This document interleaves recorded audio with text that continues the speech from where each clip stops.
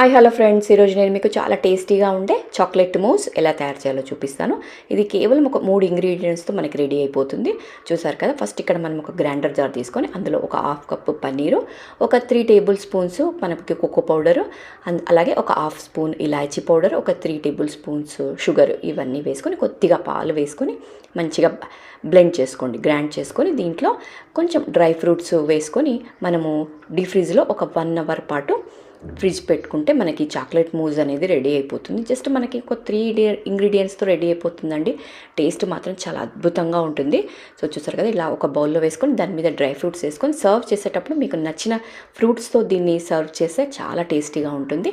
ఇలాంటి మంచి మంచి వీడియోస్ మిస్ కావద్దు అంటే మీరు నా ఛానల్ని తప్పకుండా సబ్స్క్రైబ్ చేసుకోండి. ఇలాంటి మంచి మంచి కంటెంట్ ఉన్న వీడియోస్ నేను రెగ్యులర్గా పెడుతూ ఉంటాను కాబట్టి తప్పకుండా రెగ్యులర్గా వాచ్ చేయండి. మరిన్ని వీడియోస్ కోసం మీరు నా ఛానల్ని రెగ్యులర్గా ఫాలో అవ్వండి.